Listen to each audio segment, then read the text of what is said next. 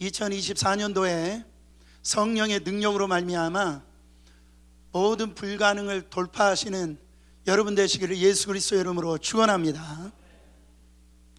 한 아버지가 귀신 들린 이 아들, 귀신이 들려가지고 거품을 불게 하고 꼬꾸라뜨리고 또 물 가운데로 불 가운데로 들어가게 만드는 이 아들을 데리고 제자들 앞에 왔지만은 제자들이 못 고칩니다.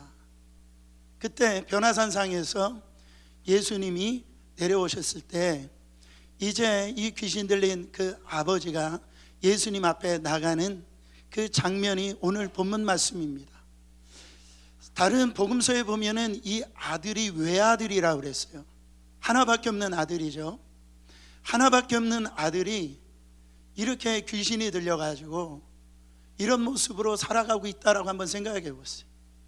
얼마나 비참할까요? 얼마나 마음이 아플까요? 자식도 내가 어떻게 할 수 있다라고 생각하지만 사실은 자식도 내가 어떻게 할 수가 없잖아요. 여러분, 우리의 삶은 인정할 수밖에 없죠. 내 힘으로, 내 능력으로 안 되는 일이 있다라는 거예요. 그 우리 인간의 모습으로 볼 때는 그게 불가능한 것처럼 이게 보여지는 그런 벽이 우리의 삶 가운데 누구나에게 있다라는 겁니다. 여러분, 그때 두 가지 반응을 할 수가 있어요. 나는 할 수 있다, I can do it, 나폴레옹식.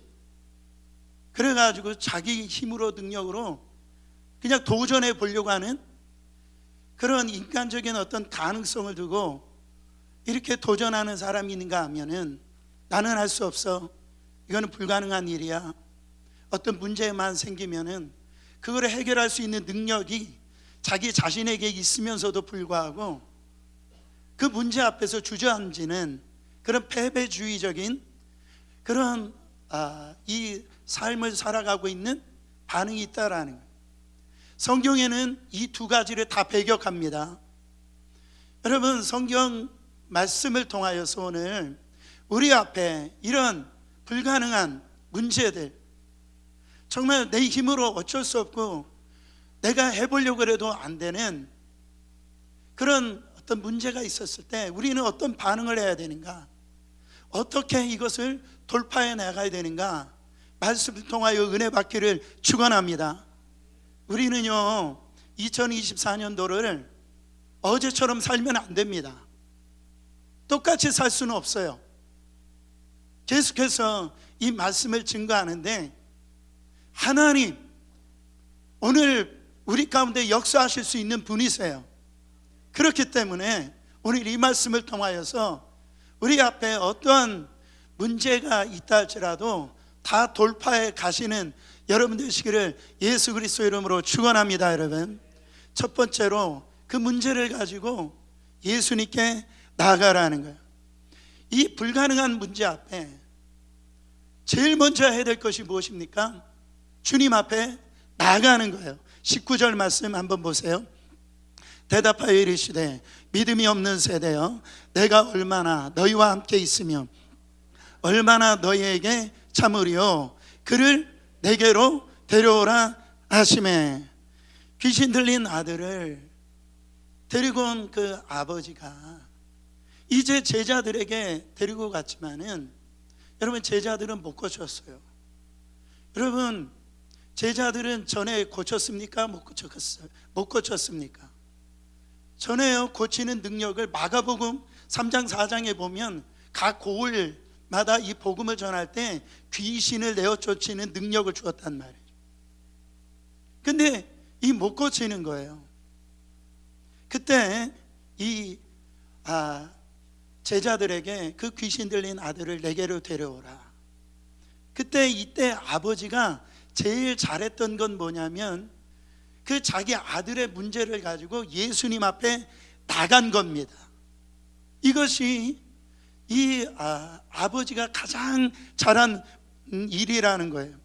우리는요 종종 주변 사람들에게 예전에 전도할 때 그렇게 얘기했어요. 바로 어떤 문제가 있는 사람들을 만나면 어떻게 전도했습니까? 교회 나오면 문제 해결할 수 있다고. 교회 나오면 너의 문제 해결될 수 있어. 여러분, 이거 맞습니까? 틀립니까? 맞아요? 틀려요? 맞잖아요. 교회 나오면 문제 해결되잖아요. 여러분, 그런데 사실은 교회에 나온다라고 해서 문제가 되어지지 않아요. 안 돼요. 교회에 나오는 것도 중요하지만 교회에 나와서 주님을 만나야 된다라는 거예요. 내가 아무리 모태신앙이고 몇십 년 교회를 다녔다 할지라도 내가 이곳에서 주님을 만나지 아니하면 여러분, 문제 해결이 안 돼요. 그 어려움이 극복이 안 된다고요. 주님 앞에 나와서 주님을 만나야 그 문제가 해결되어지고 그 고통이 치유받을 수 있다라는 거예요. 과거에는 그렇게 했단 말이죠. 그래서 사랑하는 성도 여러분, 내가 주님 앞에 나오면 나의 이 삶의 문제가 해결될 수 있어. 내가 이런 병이 있지만은 나는 주님 만나면 내 병 고칠 수 있어. 내가 지금 마음에 평안함이 없지만 주님 앞에 나오면 평안함을 얻을 수 있어. 내가 이렇게 눌려있지만 주님 앞에 나오면 자유케 될 수 있어. 언제 아멘 하실 거예요? 언제? 할렐루야. 여러분, 왜 교회 나오셨어요? 오늘 왜 우리가 하나님 앞에 나오셨어요? 주님 만나려고. 여러분, 우리가 이 예배 앞에 나오신 게 아닙니까? 요한복음 4장에 보면 이 사마리아 성에 있는 수가성에 있는 한 여인이 나옵니다. 이 여인이 결혼했던 남편이 몇 명? 눈치가 빨라야 돼. 몇 명? 5명. 지금 살고 있는 또 남자가 있어요. 아직 결혼은 안 했어요. 도합해서 몇 명? 6명. 이거를 이렇게 생각할 수가 있죠. 내가 그 중에 한 명이 돈이 많았는지 모르겠어요. 돈이 많은 남자를 만나면 내가 행복할 줄 알았어요. 행복했어요? 안 행복했어요? 행복하지 않았어요. 여러분, 우리 교회 보면 제가 누구라고 할 수는 없는데 참 잘생긴 분이 있어요. 우리 집사님 중에. 할렐루야. 근데 솔직히 여자 집사님들 잘생긴 남편하고 지금 결혼 생활하는데 행복해요? 안 행복해요? 큰 소리 하지 마세요. 행복하지 않은 거예요. 내가 권력이 있고 어떤 사회적 위치에 있는 남자를 만나면은 행복할 줄 알았는데 행복하지 않아요. 그래서 남자를 그렇게 갈아치운 거예요. 여러분, 그가 만족하지 못하는 공허함이 그 여인에게 있는 거예요. 그가 대낮에, 그 뜨거운 대낮에 이제 예수님을 만난 겁니다. 내가 지금 목말라 있으니까 영원히 목마르지 아니하는 생수를 나에게 달라라고 그랬어요. 처음에 이 수가성의 여인이요, 예수님인 줄 몰랐어요. 어떻게 유대인이 사마리아 여인한테 물을 달라라고 그러느냐, 이렇게 질문을 한 걸 보면 예수님이 누구신지 몰랐다라는. 근데 예수님을 만나니까 내가 영원히 목마르지 아니하는 생수를 달라라고 하잖아요. 그때 영원히 목마르지 아니하는 생수 대신 예수님을 딱 만나니까 이 여인의 행동이 어떤 행동을 취했어요? 바로 그가 요한복음 4장 28절 29절에 보면 여자가 물동이를 버려두고 동네로 들어가서 사람들에게 이르되 내가 행한 모든 일을 내게 말한 사람을 와서 보라, 이는 그리스도가 아니니냐 하니. 여러분, 이 여인이 예수님을 만나고 난다니까 자기 공허함이 다 채워졌다라. 그래가지고 자기의 물동이를 갖다 던져버리고요, 자기처럼 똑같이 공허한 가운데 살고 있는 그 사람들 앞에 가가지고 예수 그리스도에게 데려왔단 말이에요. 예수 그리스도를 만나보라는 거예요.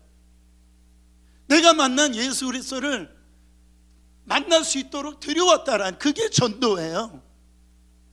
사랑하는 성도 여러분, 저는요, 이 문제 해결이 되어지니까 여러분, 이 여인이 자기 수치 얼마나 손가락질 당했겠어요. 그래서 이 시선을 피해서 대낮에 물들어온 이 여인이 이렇게 담대하게 복음을 전하는 놀라운 일이 일어났단 말이죠. 저는 목회자로서 조금 안타까운 게 뭐냐면 시간이 지나면 지날수록 특히 요즘에 더 그런 생각을 많이 갖습니다. 과거에 제가 중학교 때 예수를 믿었는데 중학교 때나 고등학교 때 교회 다니는 우리 권사님들이나 어떤 집사님들, 좋은 집사님들, 그런 분들 보면 공부를 많이 하지 않았어요. 성경도 잘 읽지를 못했단 말이에요. 근데요, 이분들은요, 삶에 어떤 문제가 딱 터지잖아요. 자기가 해결할 수 없는 그런 고통의 문제가 있잖아요. 딱 교회로 나가는 거예요. 가가지고 주님 앞에 나와가지고 막 금식하면서 막 기도하는 거예요. 근데 놀랍게 역사가 일어납니다. 문제가 해결되더라는 거예요. 주님 앞에 갖고 나왔더니 문제가 해결되더라는 거예요. 목사님들, 제가 섬겼던 목사님들도 그렇게 어떻게 보면은 그렇게 힘없이 보이는 분들인데 교회 모든 문제를 말이죠 가지고 가서 기도원으로 올라가지고 기도했더니 그 문제가 다 해결되어지는 것을 제가 똑똑히 경험을 했어요. 근데 오늘날은요, 그런 모습을 찾아보기가 힘들어요. 사랑하는 성도 여러분, 우리 가운데 필요한 믿음이 뭐냐면 그 문제가 딱 터졌을 때에 그런 내 힘으로 내 노력으로 안 될 그것이 있었을 때 그걸 가지고 주님 앞에 나가는 거예요. 수고하고 무거운 짐진 자들아, 난 내게로 오라. 거기에 해결이 있다라는 거예요. 우리 가운데 그 문제를 가지고 주님 앞에 나올 때 주님이 선하게 역사하실 줄 믿습니다. 두 번째로, 그런 문제가 있었을 때 예수님을 온전히 신뢰하라는 겁니다. 자, 문제를 가지고 예수님에게 갔어요. 그 다음에 필요한 게 뭐예요? 진짜 그 문제를 예수님께서 해결해 주실 줄 믿어야 되잖아요. 신뢰해야 되잖아요. 그냥 한번 가보자, 여러분, 이게 아니라 진짜 내가 이렇게 예수님께로 가면은 예수님께서 고쳐주실 것이야, 그런 확실한 그 신뢰요, 그 믿음이 필요하다라는 거예요. 자, 예수님께서 이 아들이 언제부터 이렇게 귀신이 들렸느냐 이렇게 질문을 하세요. 그때 그 아버지가 뭐라고 대답하느냐, 21절 22절 말씀 보세요. 예수께서 그 아버지에게 물으시되 언제부터 이렇게 되었느냐 하시니 이르시되 어릴 때부터이니이다. 귀신이 그를 죽이려고 불과 물에 자주 던졌나이다. 그러나 무엇을 하실 수 있거든 우리를 불쌍히 여기사 도와주옵소서. 이 아버지의 믿음을 보세요.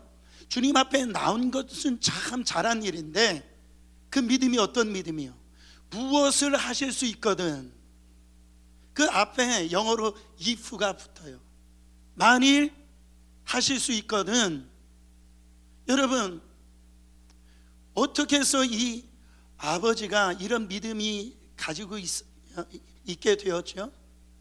처음에 제자들 앞에 고칠 수 있다라고 하는 그거를 가지고 갔지만은 제자들이 고치지 못했습니다. 이 아버지가, 여러분, 이 하나밖에 없는 아들을 고치려고 정말 수많은 사람들을 만났을 거예요. 의사들을 만났을 거예요. 자기가 할 수 있는 거 다 해봤을 겁니다. 그러니까 안 됐어요. 주님 앞에 나온 것까지는 좋았는데 주님도 그와 같이 똑같이 생각을 했던 거예요. 그러니까 만약에 고칠 수 있으면 고쳐주시고 안 되면 말지, 이런 태도로 지금 주님 앞에 나왔다는 말이에요. 그때 주님이 뭐라고 말씀하십니까? 할 수 있거든이 무슨 말이냐? 믿는 자에게는 능치 못할 힘이 없느니라.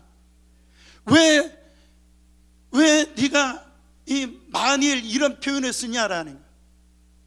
왜 그런 얼마나 나를 갖다가 그 정도로밖에 신뢰하지 못하냐는 거예요. 우리는 자꾸 내가 해봤다라는 거예요. 내가 노력을 해봤다라는 거예요. 그러니까 안 되니까 주님 해 주시려면 해 주시고 말려면 마세요. 그런 태도로 지금 나온다라는 거예요. 여러분, 정말 23절 다시 한 번 더, 너무나 잘 아는 말씀이지만 여러분의 심장에 이 말씀을 새기시길 바랍니다. 예수께서 이르시되 할 수 있거든이 무슨 말이냐? 믿는 자에게는 능히 하지 못할 일이 없느니라. 할렐루야. 한번 해보자 이게 아니에요. 한번 가보자 이게 아니고, 되면 좋고 아니면 말고 이게 아니에요. 예수님만이 정답이십니다. 예수님만이 고쳐줄 줄 믿습니다. 예수님 안에 생명이 있습니다. 주님 앞에 이런 온전한 신뢰하는 마음으로 나가시기를 축원합니다. 이 믿음의 초청을 했을 때 이 아버지가요, 이 초청에 응답을 합니다. 24절 말씀에 보면 곧 그 아이의 아버지가 소리를 질러 이르되 내가 믿나이다. 나의 믿음 없는 것을 도와주소서 하더라. 기가 막힌 말씀이죠. 여기서 접속사가 중요해요. 곧이에요. 여러분, 이 믿음 내일 가지려고 하지 마세요. 내가 언제는 이런 믿음이 나에게 오겠지, 아니에요. 지금이에요. 지금. 여러분, 지금 필요하시잖아요. 지금 주님이 역사해 주셔야 되잖아요. 곧 이 아버지가 이 하나님의 말씀이 떨어지니까 내가 믿습니다. 혹시 내 믿음이 부족하다면 나의 믿음을 좀 도와주세요. 온전히 신뢰하는 그 믿음으로 반응하는 것을 볼 수가 있습니다. 우리 교단의 아주 유명한 A.W. 토조 목사님, 그냥 좋은 예화 있고 그런 책을 쓰신 분이 아니에요. 이 책을 읽다 보면은요, 정신이 확 깨어납니다. 아주 막 불이 붙어요, 심장. A.W. 토조 목사님이 그런 말씀했어요. 내가 어떤 하나님을 믿느냐에 따라 곧 나 자신의 신앙 수준이 결정되는 것이다.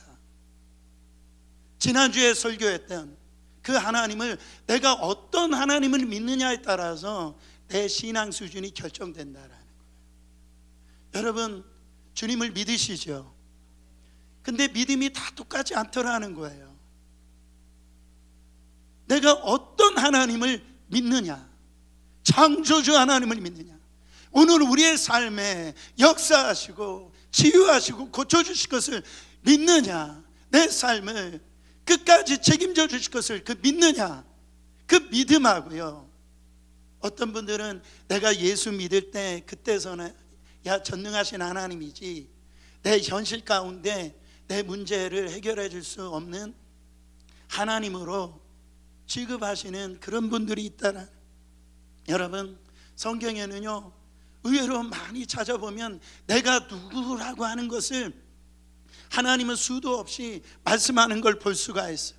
에레미야 32장 27절에 나는 여호와요 모든 육체의 하나님이라 내게 능치 못할 일이 있겠느냐. 마가복음 10장 27절 사람으로는 할 수 없으되 하나님으로는 그렇지 아니하니 하나님으로서는 다 하실 수 있느니라. 이것만 하세요? 저것만 해결할 수 있어요?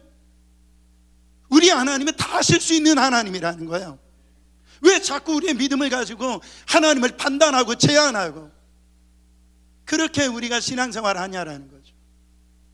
하나님을 어떻게 믿느냐에 따라서 우리의 신앙의 크기가 달라질 수 있다라는 겁니다. 여러분, 하나님은요, 오늘 우리 어떤 삶에 그 문제가 있다 할지라도 해결해 줄 수 있어요. 고치실 수 있어요. 불가능을 가능케 하실 수 있는 엘샤다이 하나님이시라는 거예요. 그때 어떤 놀라운 일이 일어났습니까? 25절 27절에 보면은 예수님께서 그 더러운 귀신을 꾸짖어서 이렇게 말 못하게 만들고 귀를 먹게 만드는 이 더러운 귀신아, 명하노니 떠나가라, 다시 들어오지 말아라. 그랬더니 귀신이 막 소리 지르고 경련을 일으키고 예수님이 27절에 다시 일으키시는 것을 볼 수가 있습니다. 다시 일어나게 됐단 말이에요. 여러분, 우리가 믿는다라고 할 때 여기서 하나 놓치지 말아야 될 것은 아까도 말씀드렸듯이 I can do it 이거 아닙니다. 믿음의 대상이 중요하다라는 거예요. 내가 이 믿음을 누구를 믿느냐가 참 중요해요. 지금 미국의 이단 중에서 요즘에 가장 심각한 이단이 어떤 이단이냐면 크리스찬 사이언스라고 하는 이단이에요. 탐 크루즈라고 하는 유명한 영화 배우 있잖아요. 그거를 크리스찬 사이언스를 신봉하니까 많은 젊은 사람들이 그거를 지금 믿고 있어요. 근데 거기에서 뭐를 갖다가 추종하냐면 나를 믿어라.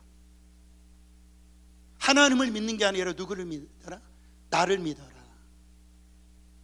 여러분, 성경에서 그 얘기하고 있는 게 아닙니다. 그들이 얼마나 신앙이 좋은지 몰라요. 그리고 좋은 일을 얼마나 많이 하는지 모릅니다. 그러나 대상이 잘못된 거예요. 우리는요, 뭘 믿어야 돼요? 나를 믿어서는 안 돼요. 내가 한치 앞을 모르는 내가 나를 믿어서 어떻게 되는 겁니까? 낭패를 당하는 거예요. 사랑하는 성도 여러분, 지금 우리 혹시 여러분 믿음이 있는데 나를 믿고 있지 않습니까? 내가 가지고 있는 돈을 믿지 않아요? 내가 갖고 있는 건강 믿지 않아요? 내가 가지고 있는 배경 믿지 않습니까? 내가 가지고 있는 실력 믿지 않고 있냐라는 거. 혹이라도 내가 지금 은행에다가 아니면 보험회사에다가 통장 이렇게 몇 가지 해놓은 거, 주식 그거 혹시 믿고 있지 않느냐 말이에요. 여러분, 그 낭패를 당한다라는 거예요. 그러니까 우리에게 필요한 것이 뭐냐면, 내가 예수님 앞에 나오는 것도 중요하지만 바로 예수님이 내 문제를 풀 수 있다, 그분이 내 문제의 해결자다, 그리고 온전히 신뢰하는 믿음이 너무너무 중요하다고요.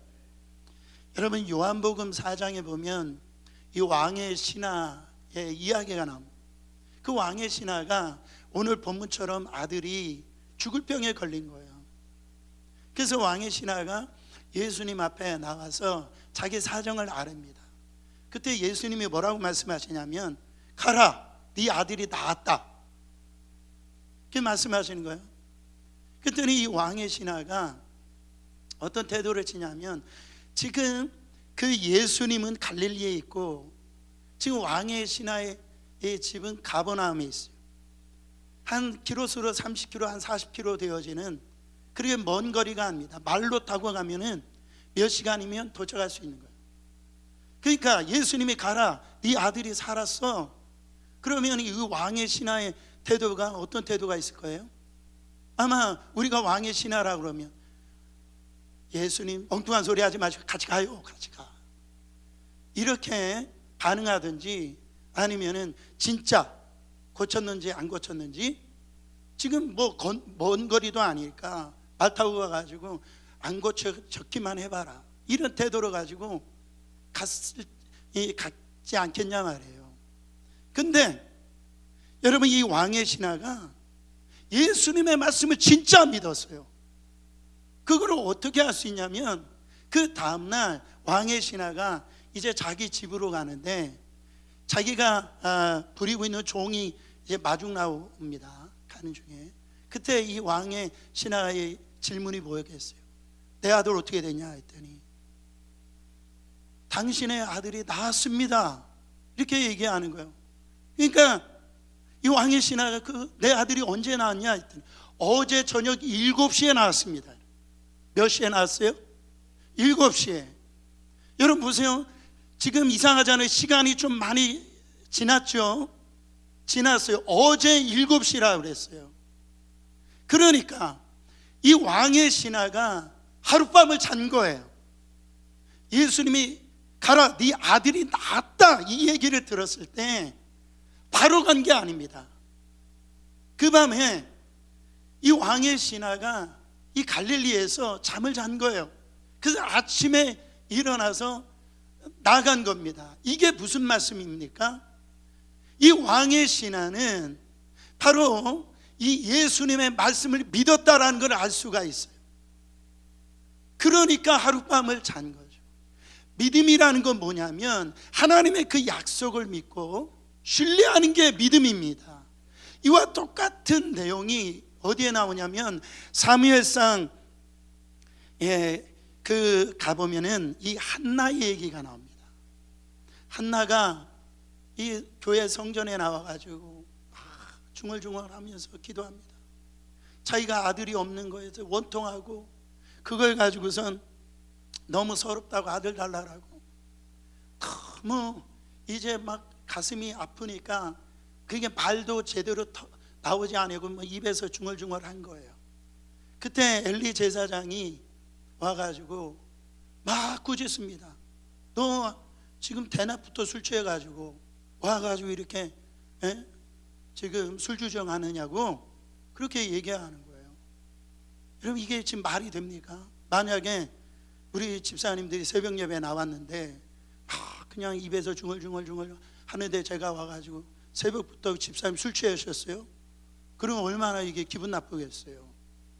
그래서 이 엘리 제사장이 너무 미안했든지 그 자초지종을 듣고 뭐라고 이렇게 축복을 해주냐면은 엘리가 대답하여 이르되 평안히 가라. 이스라엘 하나님이 내게 기도하여 구한 것을 허락하기를 원하노라. 하나님이 너희의 기도 가운데 응답하기를 내가 축복하노라. 이렇게 기도했어요.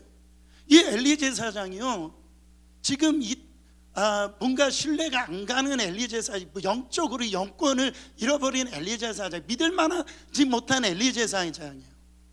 근데 이 한나가요, 이 엘리 제사장이 이 하나님 안에서 축복을 해주니까 어떻게 했다고요? 사무엘상 1장 18절입니다. 이르시되 당신의 여종이 당신께 은혜 입기를 원하나이다 하고 가서 먹고 얼굴에 다시는 근심빛이 없더라. 그 하나님의 제사장의 그 말을 듣고서 가가지고 그 전까지는 그냥 얼굴빛이 안 좋은 거예요. 슬픈 거예요. 괴로운 거예요. 근데 그 하나님의 약속의 말씀을 그 부족한 그 제사장의 그 말을 듣고 가가지고 이제는 금식했던 그 한나가 먹고요, 얼굴이 이제 환하게 되어진 거예요. 근심 걱정이 없는 그 낯빛이 되어버린 거예요. 여러분, 한나가 하나님을 신뢰한 걸 볼 수가 있어요. 여러분, 그때 사무엘상 1장 19절에 정말 하나님이 일을 하십니다. 엘가나와 그의 아내 한나와 동침함에 여호와께서 그를 생각하신지라. 그때 하나님이 일하기 시작하셨어요. 하나님이 역사해 주셨다라는 거예요. 사랑하는 성도 여러분, 따라합니다. 믿음이 중요하다. 자, 질문하겠습니다. 믿음이 보여요, 안 보여요? 여러분, 믿음이 보입니까, 안 보입니까? 예수님께서 병자를 고쳤을 때 내 믿음 보이라고 이렇게 질문하십니다. 믿음이 보여요, 안 보여요?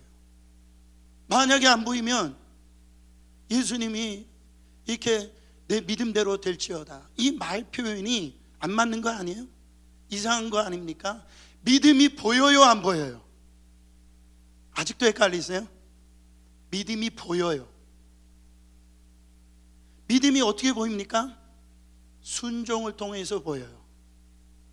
행함을 통해서 보여요. 그러니까 믿음의 크기는 순종의 크기입니다. 순종의 크기가 믿음의 크기예요. 할렐루야. 믿음이 보여요. 여러분, 우리가 주님을 믿습니다 아무리 100번, 수천 번, 수만 번을 이렇게 외친다 할지라도 내 삶의 순종의 발걸음이 없다고 한다면 여러분, 그거 절반의 믿음 아니에요. 죽은 믿음이에요. 그건 믿음이라고 볼 수가 없어요. 우리의 삶에 여러분 어떤 변화가 없는 이유가 거기에 있다라는 거예요. 나는 정말 갈릴리에 가서 그 속에서 하룻밤을 잘 수 있는, 여러분 그 주님을 신뢰할 수 있는, 그게 믿음이에요. 부족한 어떤 이 목회자의 이야기지만 그것이 하나님의 말씀으로 나에게 지금 아무런 변화가 없지만은 그 약속을 흔들림 없이 믿는 것, 그것을 주님을 신뢰하는 게 그게 믿음이에요. 사랑하는 성도 여러분, 우리 안에 이 믿음이 회복되시기를 예수 그리스도 이름으로 축원합니다. 그러므로 믿음이라는 것처럼 강력한 게 없어요. 그래서 이 믿음이 없다, 이것처럼 무서운 얘기가 없습니다. 목사님 나 믿음 없어요. 이것처럼 무서운 얘기가 없단 말이에요. 다른 거 구하지 마세요. 오늘 이 믿음 구하시기를 축원합니다. 이 믿음이 세상을 이겨요. 이 믿음이 환난을 당하라. 담대하라. 내가 세상을 이겨노라. 이 믿음으로 이긴다라는 거예요. 여러분, 그 전능하신 하나님을, 불가능함이 없으신 그 하나님을 믿는 이 온전한 신뢰가 있어야 된다라는, 이 믿음의 보안은 어떤 특별한 사람에게만 있는 게 아닙니다. 누구에게나 다 열려 있어요. 요한복음 14장 12절에 정말 믿을 수 없는 말씀이 나옵니다.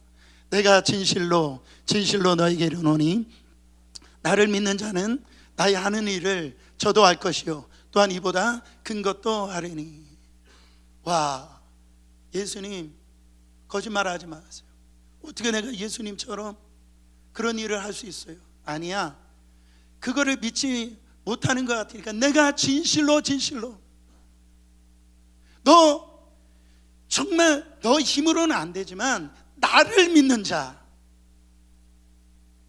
바로 오늘 우리의 삶을 갖다가 우리의 고통을, 어려움을 해결해 줄 수 있는 예수를 믿는 자, 나도 하나님을 믿음으로 말미암아 이 믿음이면 나도 십자가를 통해서 부활할 수 있는 믿음을 가지고 있다라는 것 예수님이 말씀하신 거예요. 내가 행하는 것도 그 성부 하나님을 믿는 그 믿음으로 나도 지금 이 사역을 하고 있다라는, 너희들도 내가 믿는 그 성부 하나님을 믿는다라면 내가 3년 동안 3년 반 동안 했던 일보다도 더 큰 일을 할 수 있어. 지금 놀라운 일들이 믿음의 사람들을 통하여서 일어나고 있다고요. 사랑하는 성도 여러분, 할 수 있거든이 무슨 말이냐? 믿는 자 안에는 능치 못할 일이 없느니라. 이런 놀라운 고백이 우리의 삶 가운데 현실로 나타나는 역사 일어나기를 축원합니다. 마지막으로 세 번째로 그 문제 앞에서 우리가 해결해야 될 것이 뭐냐면 기도로 모든 문제를 풀라라는 거예요. 뭐로 모든 문제를 풀어라? 기도로 문제를 풀어라. 여러분, 기도로 한 번이라도 내 당한 이 어려운 문제를 기도로 한번 돌파해내는 경험이 있어야 된다. 이 기도로 한번 끝장 보는 그런 경험이 있어야 된다라는, 다른 것으로 풀려고 하지 말고 뭐로? 기도로 풀어야 된다. 자, 그 문제를 가지고 예수님 앞에 나왔어요. 그리고 예수님을 온전히 신뢰를 했단 말이죠. 그러면 내가 온전히 예수님을 신뢰하는지 안 신뢰하는지 그를 보여줄 수 있는 태도가 뭐냐면 그게 기도예요. 주님을 온전히 신뢰하는 사람들은 뭐 한다고요? 기도로 모든 문제를 푼다라는 겁니다. 29절입니다. 거기 보면 주님, 제자들이 얘기를 합니다. 왜 우리는 못 고치죠? 말씀드렸잖아요. 제자들에게 이미 병 고치는, 귀신을 내어 쫓는 권세를 주셨다라는, 이 말은 뭐예요? 지금 제자들이 기도를 등한시 여긴 것을 우리는 여기서 알 수가 있어요. 자, 예수님은 예수님이시지만 그의 모든 삶에 다 기도로 시작하고 기도로 마친 걸 볼 수가 있어요. 새벽 기도 누가 만드셨어요? 새벽 미명에 오히려 기도하시더라. 여러분, 철야 기도 누가 만드셨어요? 누가 만드셨어요?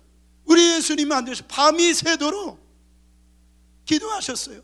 제자들을 뽑는데 그냥 뽑지 않았어요. 밤새도록 기도하시고 제자들을 뽑았단 말이죠.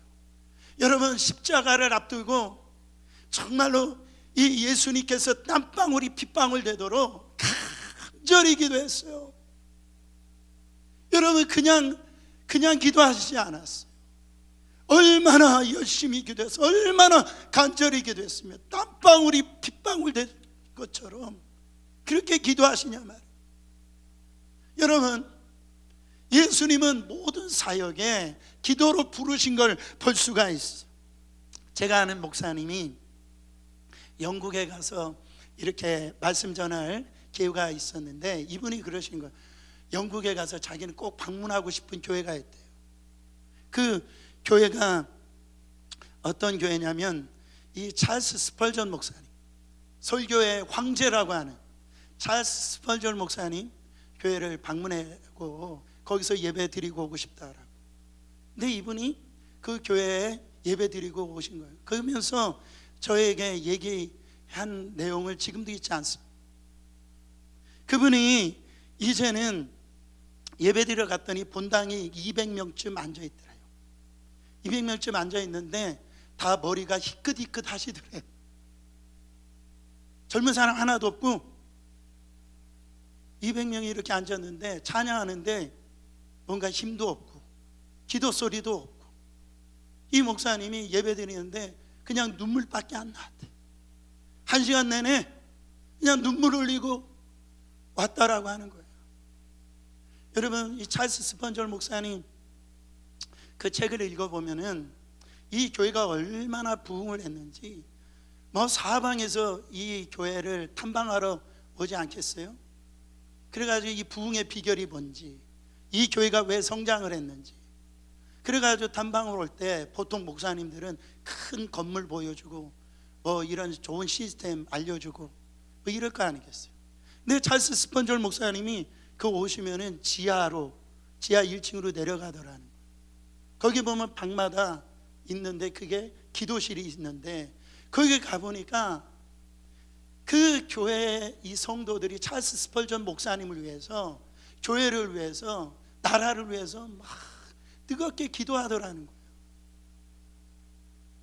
우리 교회가 부흥한 거, 우리 교회가 이렇게 된 것은 저들의 기도 때문에 그렇습니다. 그래서 한때는 이 교회가요 10,000명, 20,000명 이렇게 크게 전 세계 대표적인 교회가 되어졌는데, 지금 현실적으로 보니까 200명이 된 건데 그 젊은이들도 없고, 이렇게 된 이유가 뭡니까? 교회 안에 기도의 불이 다 꺼졌기 때문에 그래요. 여러분, 우리의 삶에 있어서 정말 여러분들이 주님 앞에 나오셨고 주님을 저는 믿고 있다라고 생각합니다.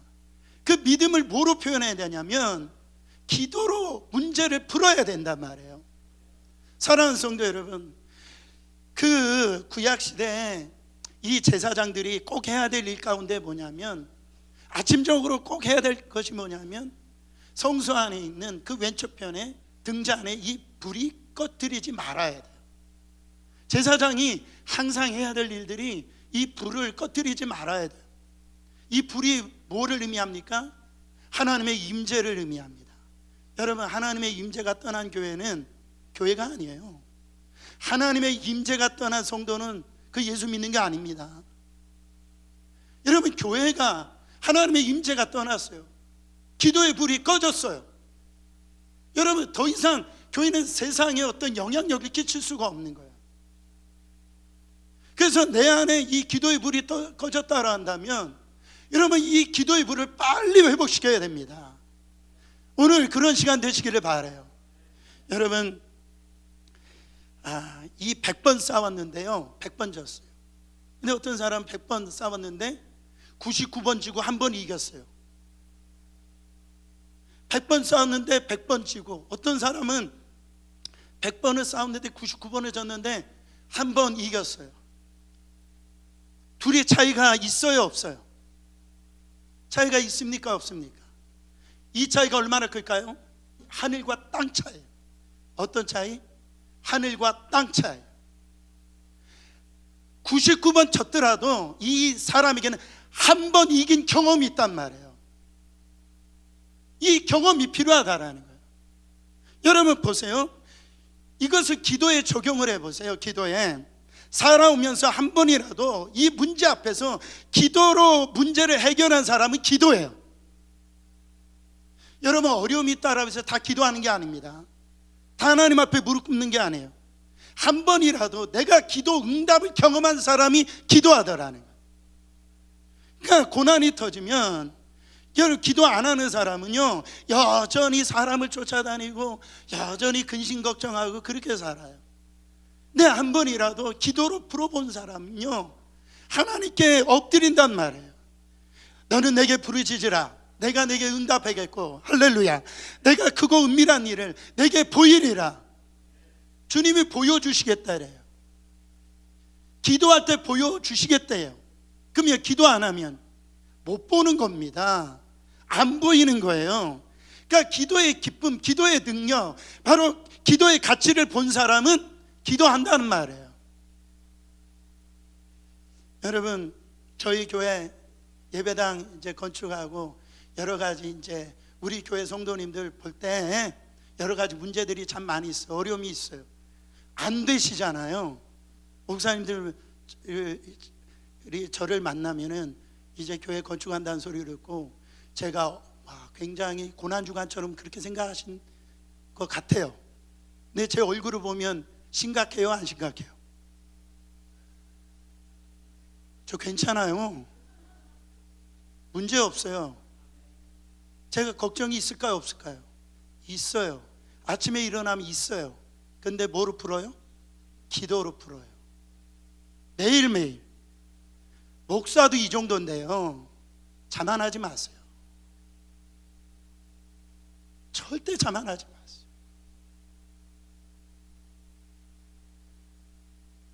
우리 교회 하나님께 사실 겁니다. 그러나 기도해야 하셔요. 제가 이 한 선교사님이 그러시더라고요. 그 선교지에서는 어떤 여러 가지 어려움들이 많이 있잖아요.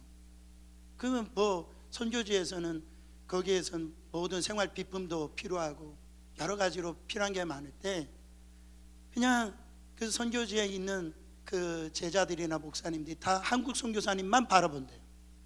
왜냐하면 한국 선교사님들이 문제를 해결해 주니까 그냥 한국 갔다 오면은 뭐 돈도 갔다 오고 뭐 필요한 것도 다 채워주니까. 그래서 한 선교사님이 그렇게 얘기를 하시더라고요. 그런 문제가 있을 때 나는 이거 문제 해결해 주는 사람이 아니야. 나 그런 능력이 없어. 항상 하시는 말씀이 그걸 가지고 가서 기도해. 일주일에 한 번 기도해봐. 금식 기도해봐. 여러분, 주여 부르짖고 기도하는 거는 한국밖에 없어요. 이렇게 무릎 꿇고 기도하는 거는요, 외국 사람들 그렇게 기도 못해요. 그냥 다 자리에 앉아서 기도하지. 그 한국식으로 이렇게 기도를 해보라는 거예요. 그리고 하나 안 하나 본다는 겁니다. 근데 이들이 진짜 나와가지고 그 선교사님 말씀대로 이렇게 기도하잖아요. 그러면 한 일주간 지나가가지고 그 필요한 거 갖다 준대요. 갖다 주면서 하는 말이, 나는 그런 돈이 없었는데 당신이 기도하니까 한국에서 누가 이걸 갖다가 보내줬다고. 그래가지고 내가 당신한테 준 거라고. 보라고. 기도하니까 역사가 일어나지 않냐고. 그러니까 이분들이 물론 그거를 선교사님들이 훈련시키는 거지만은 그것을 일단 경험하니까 기도해라 기도해라 얘기를 안 하도 기도하더라는 거예요.